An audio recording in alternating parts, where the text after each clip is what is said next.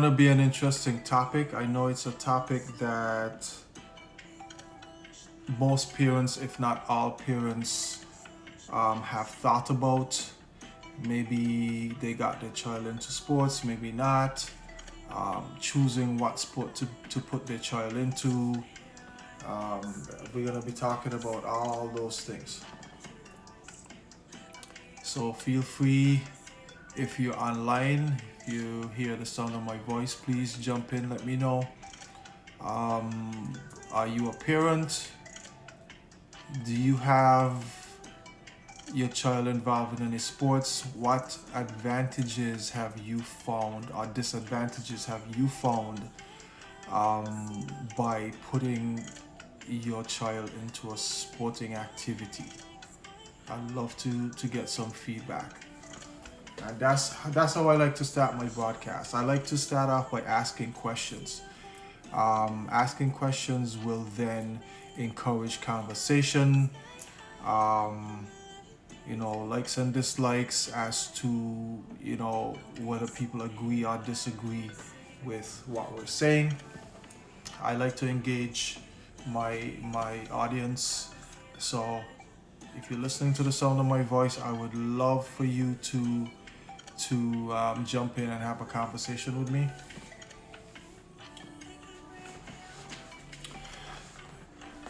And while I do that, let me start off by saying that I have a 10-year-old son.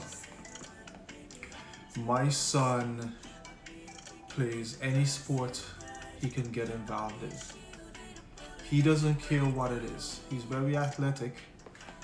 Let me not say very athletic. He is athletic.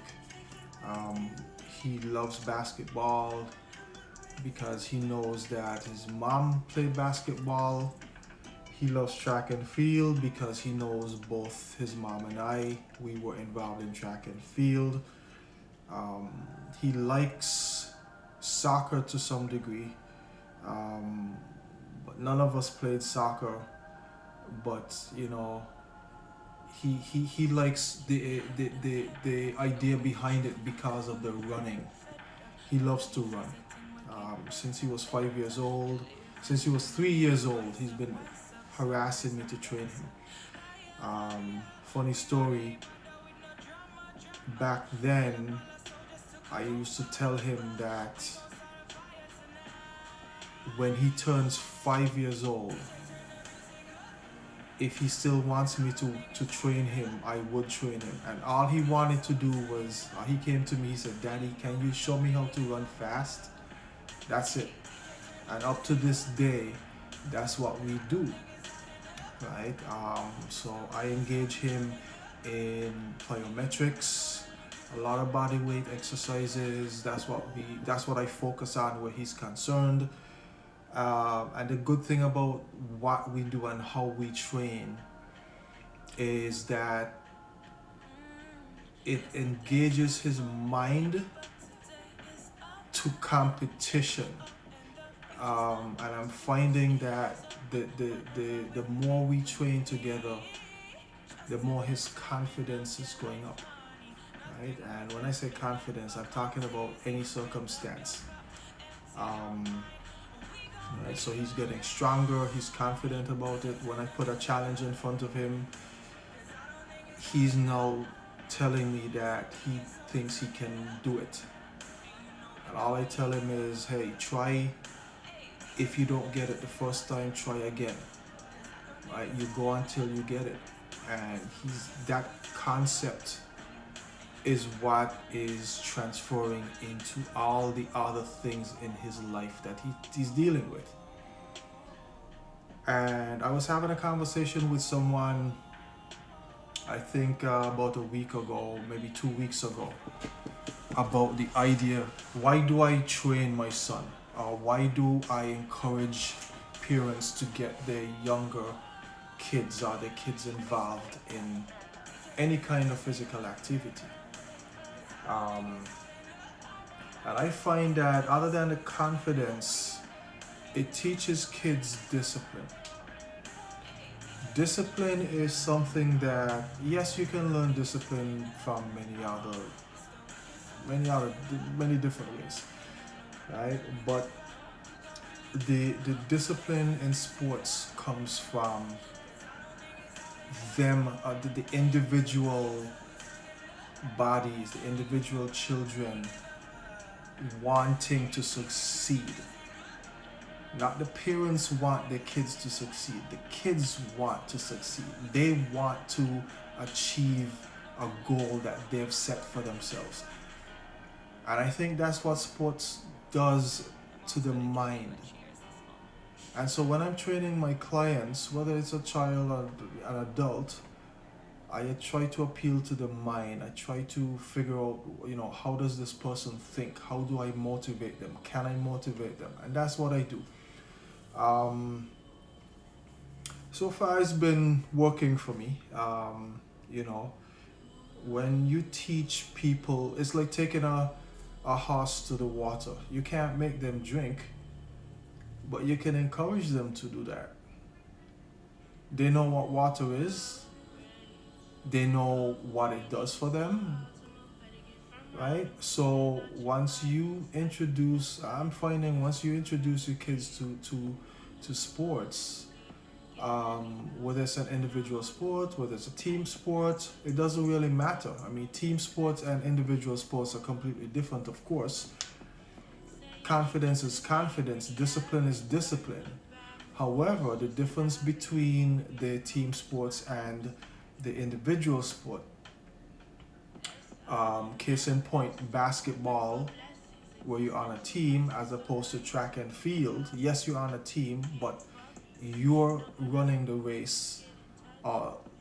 You're participating in an individual event. It's all about you, whether it's high jump, long jump, shot put, discus, javelin, 100 meters, whatever the case is, right? So there's a different dynamics in the mentality between an athlete who participates in team sports as opposed to an individual sport. There's a running joke in track and field that says that a 100-meter sprinter has to be a little bit cocky, simply because of the type of event that he's participating in, right? His goal is to run, to be the fastest man on that track, no matter what. If he achieves that, he has all right to brag, right? As opposed to being on playing a team sport, being on a team, you are responsible for coming together with your teammates to achieve a common purpose. When you're running a race or jumping, you're doing high jump, you're not responsible for anybody, and nobody's responsible for your success. You are responsible for your success, right? But we'll talk about that some more. Anybody who's on, do you have any questions for me? Do you have anything to contribute?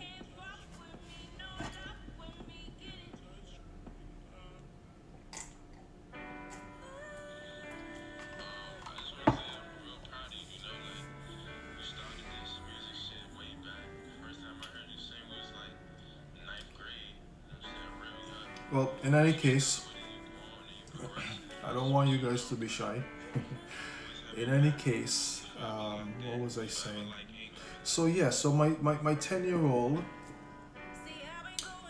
and as he grows and as his brain develops, this confidence, like I was telling you before, is allowing him to take chances. To take more chances. It's encouraging him to set goals and figure out how to plan ahead to work toward that goal, right? I mean, I could remember even for myself being in track and field. I used to throw the javelin, and when I found out that the national record was 185 feet, to me, that was what pushed me to keep training every single day, waking up at 4 o'clock, 5 o'clock in the morning and doing, um, drills and going across the field to throw until I was sore. Doing uphill sprints with a weighted vest. And then turn around and still went to my team practice in the afternoon.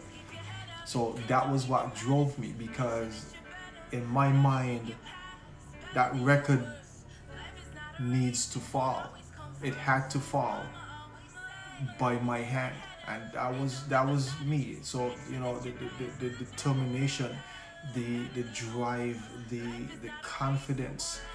Now, granted, I didn't actually break it after training for it for, I want to say, 6 years. I was training for the javelin.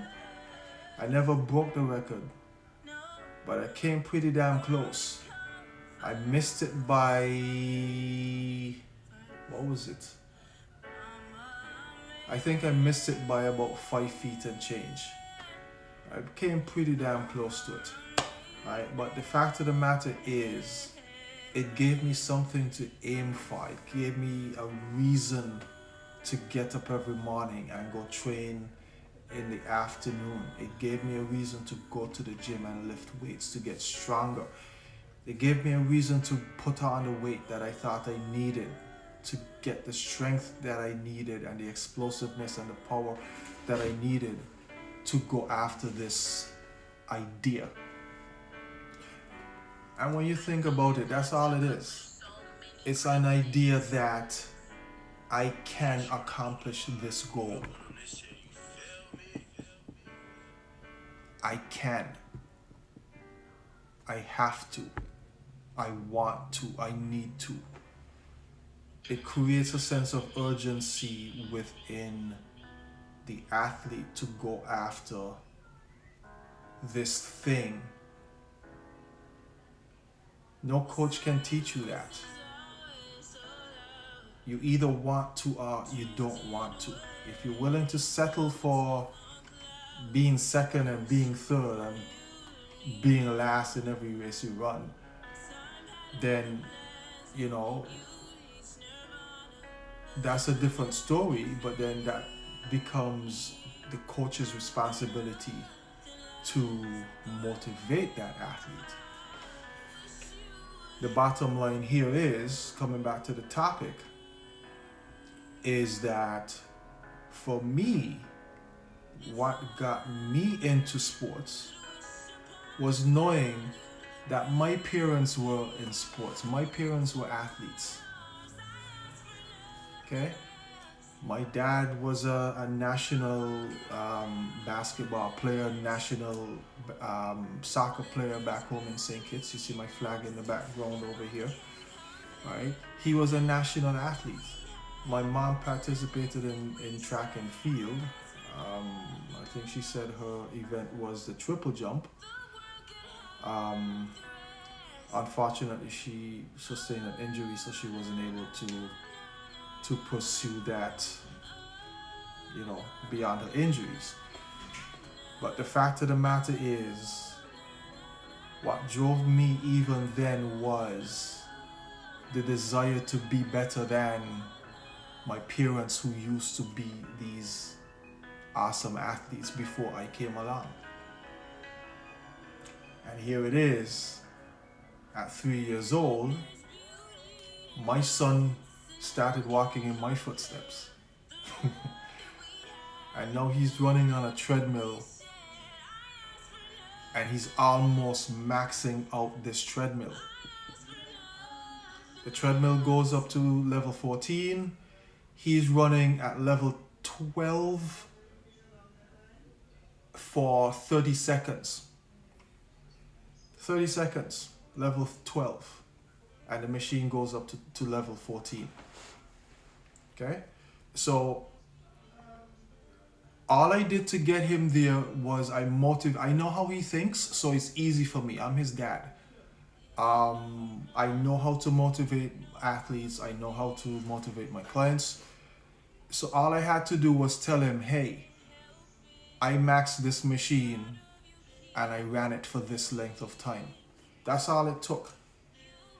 You think he cares that I am, I don't know, 30 something years older? I'm like 4 times his age. You think he cares?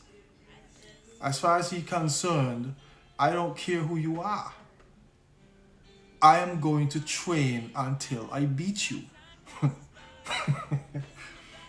And that's a profound idea. He's 10. And he already is looking at me.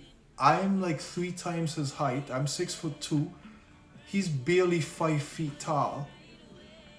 Okay, so I was exaggerating when I said I'm 3 times his size. But the fact of the matter is, I'm 4 times older than he is.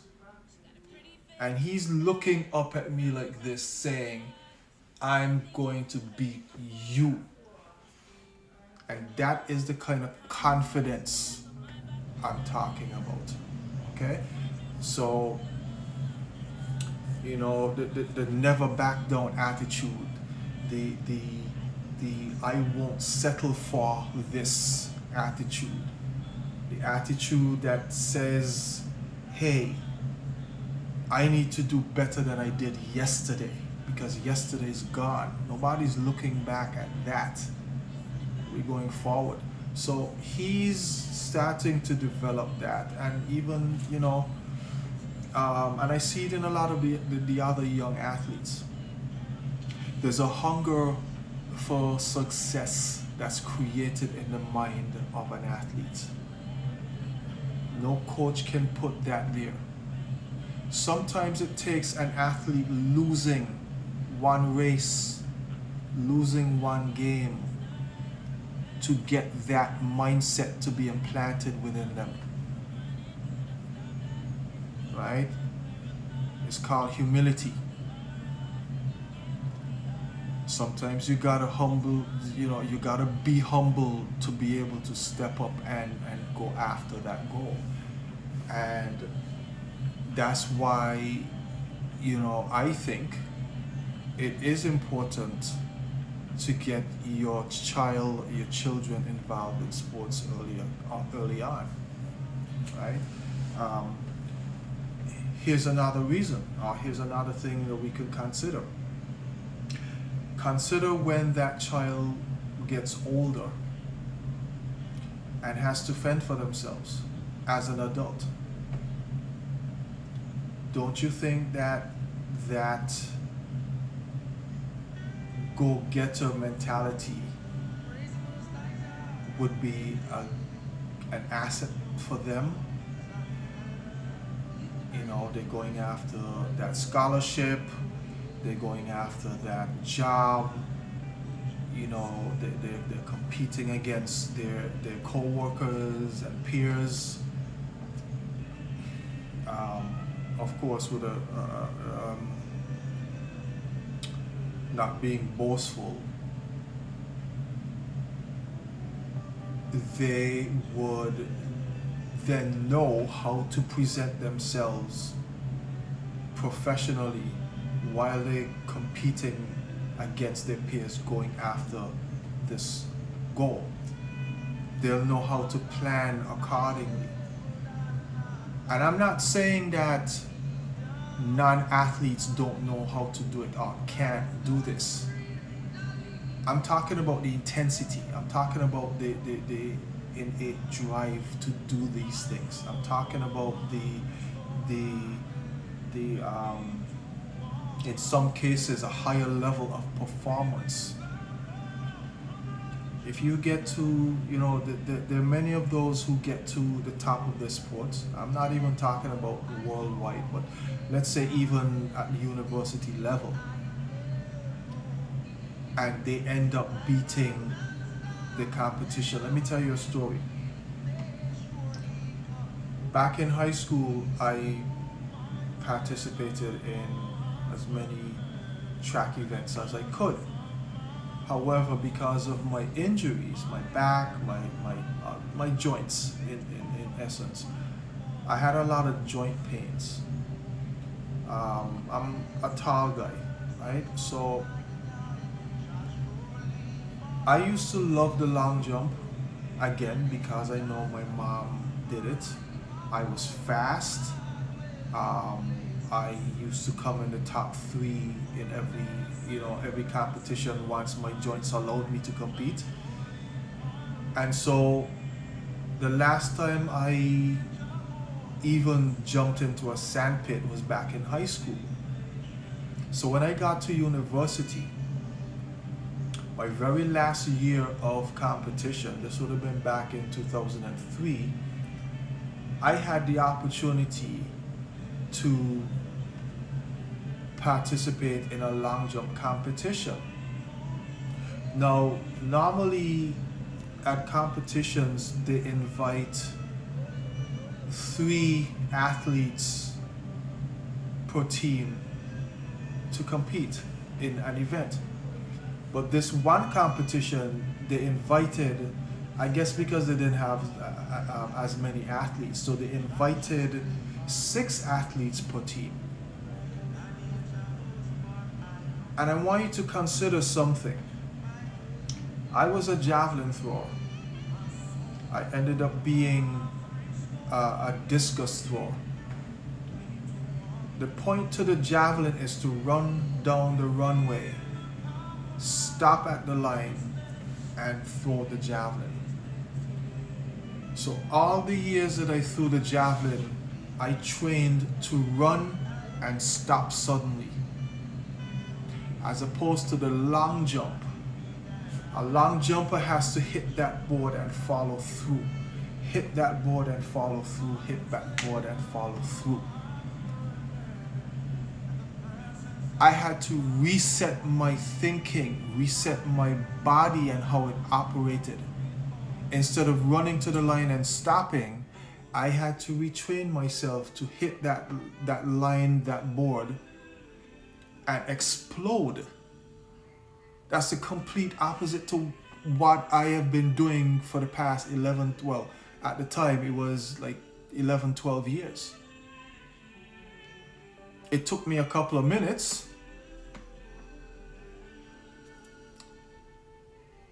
but the point I'm trying to make is this. I managed to knock one of my team's long jumpers out of competition. He trained for long jump exclusively. All I did was went in a sand pit on the other side and I practiced and practiced. I think I may have done maybe 8 or 9 jumps into the pit. Not at full strength, of course, but just to kind of retrain my brain. And just doing that for a few minutes, entering the competition, I was able to knock one of our top long jumpers out of competition. How did I do that? I didn't back down. It's as simple as that. I wasn't a long jumper. I knew I wasn't a long jumper. But how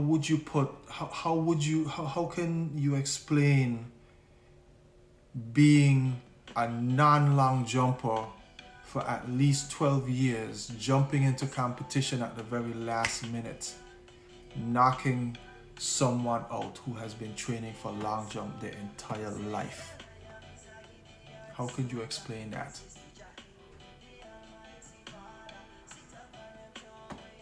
It goes back to that confidence. Okay?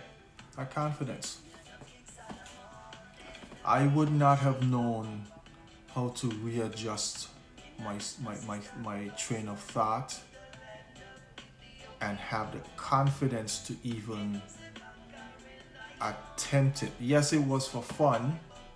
It was for fun. I didn't expect to do what I did. But after I saw the opportunity to beat him, that tiny little push beyond that barrier, I was able to tell myself, okay, I need to do this, and create the opportunity to be successful. Okay? Let's look at a non-athlete. let's look at someone who, they spend they've never participated in sports, um, extremely intelligent, straight A student, etc., etc. What I'm saying has nothing to do with the fact that they too cannot be confident. But that's a different type of confidence. That's a different mentality to what I'm talking about here as to how sports can raise somebody's confidence. You go into class and you're getting A's and you're getting all A's, all A's, all A's, all semester, every single semester. You don't miss a beat. Everything is easy for you. Of course you're gonna be confident. Who wouldn't be? Right? Maybe, you might have been into it. Then you could take a different route. You could talk about maybe debates. You can talk about, spelling bees, etc., etc. You could even talk about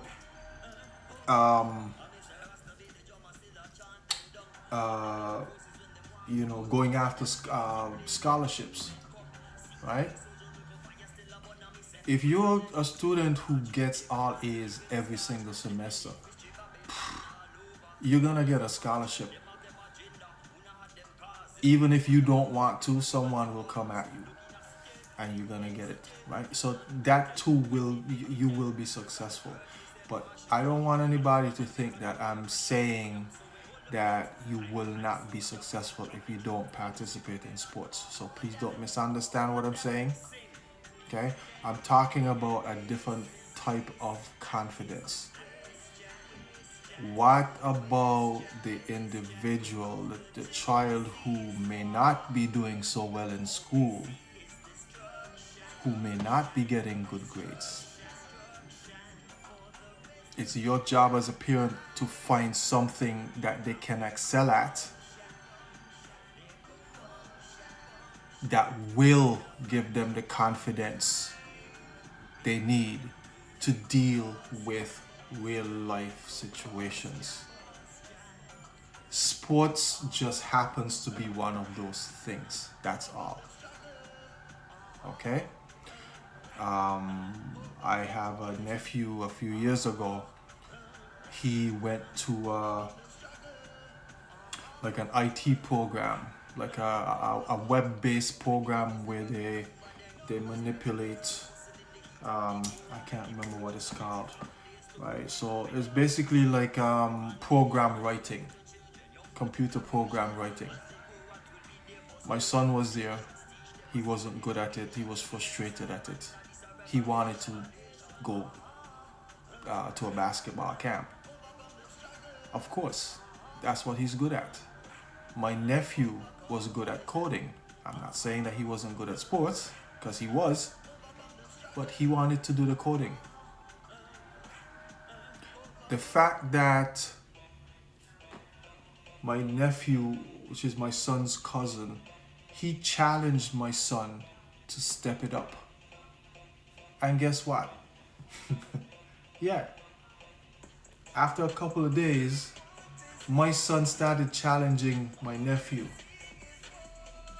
And that is what I'm talking about. You don't have to be good at it. You just have to try. Okay, and I would love to have somebody comment. I would love to get some feedback from someone out there who is listening. The topic is the importance of getting your child involved in sports. I'd love to know what you've observed by having your child involved in sports. That would be interesting for me.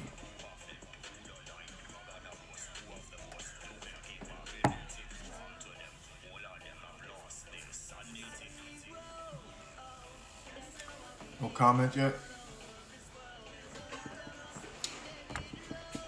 Alright guys, It is now 6:35. I guess, you know what, I'm gonna put this on my page, and I'm guessing that the time is not convenient for most of you who are parents. So going forward, what I will do is I will change the time to maybe 9 or 10 o'clock in the evening, where when I know that most children might be getting ready for bed or whatever the case is. So I'll try doing that, because I think that the following topics that I want to discuss, they're gonna be very relevant for you as parents, in relation to your children, um, and even if we can share some information, because I'm still learning as well, and I would love to be able to help you who are listening out there. So I'm gonna put this up on my page, and please feel free to comment, ask any questions. I'll be happy to answer your questions and give you some feedback. I would love to get some feedback based on what I've said as well. I don't know it all. I never claim to be to know it all, and I never will claim to know it all. Right? This is just an outlet for us to express and share some opinions and views, and I would love to get yours. With that said, thank you to Dan who came on, and thank you for anybody who is able to listen to this at the end of it. Have a good night.